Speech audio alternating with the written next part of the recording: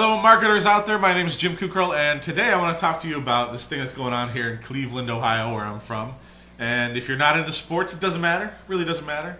My team, the NBA team, Cleveland Cavaliers, just played the Washington Wizards, and they won the series. And the last game, which was last Friday night in Washington, the local Papa John's pizza franchise decided to print up some T-shirts with our best player, Lebron James, number 23, and they put the word Crybaby above it because, they were losing, so they said that, he's a crybaby for getting fouled. Anyway, that's besides the point.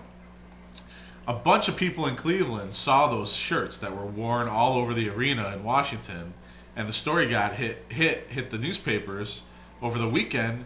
And basically what happened is you have here in Cleveland now, who also has a huge Papa John's contingency. I mean, there's 12 stores within like 30 miles of the arena downtown Cleveland.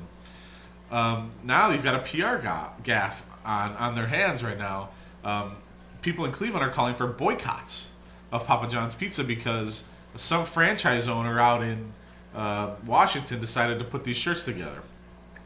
So that's the story up until Sunday. Now today is Monday, and what happened today was Papa John's issued a release that says, well, we realize it was a mistake, yeah, no kidding, and what we're going to do is we're giving you pizzas for 23 cents. So they're actually going to let you buy pizzas on a specific day this week, I think, and they're only going to charge you 23 cents per pizza here in the Cleveland area. And it's an apology, an official apology from their PR people. And it says that they're also going to donate $10,000 to the Cavaliers Youth Fund. So, smart marketing tactic or just a great recovery? Was this planned from the beginning? I highly doubt that. It would have been really, really risky PR strategy to put this together, because what if it would have blown up in their faces? And it still might. Who's to blame here?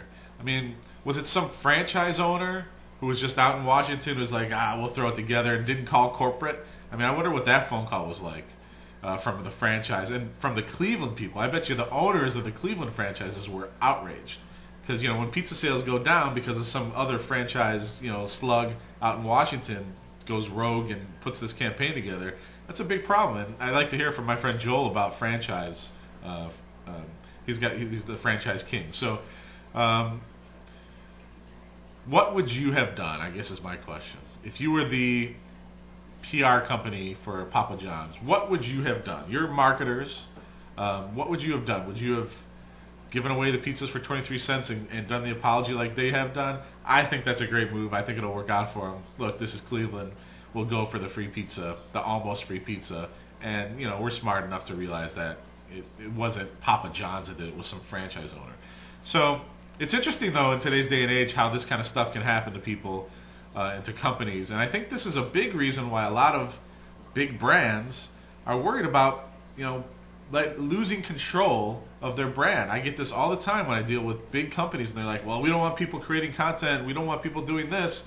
Because stuff like this happens, some jerk puts together some video or puts together this T-shirt promotion, and they lose control of their brand, and then they have problems like this. So how do we control this? How do we make this better? How do we keep stories like this out of the director of marketing office at a Fortune 500 company and make them fear their life because they know when their CEO gets a hold of this story that they are going to get their heads chopped off? So we have some challenges here in the marketing industry, but I thought this was a unique and interesting story. I want to know how you would have handled it, and I want you to tell me how you think they're handling it. So I'm Jim Kukral, and look forward to hearing your comments, even a video response if you'd like. And let's hear what you, expert marketers, would have done. Thanks.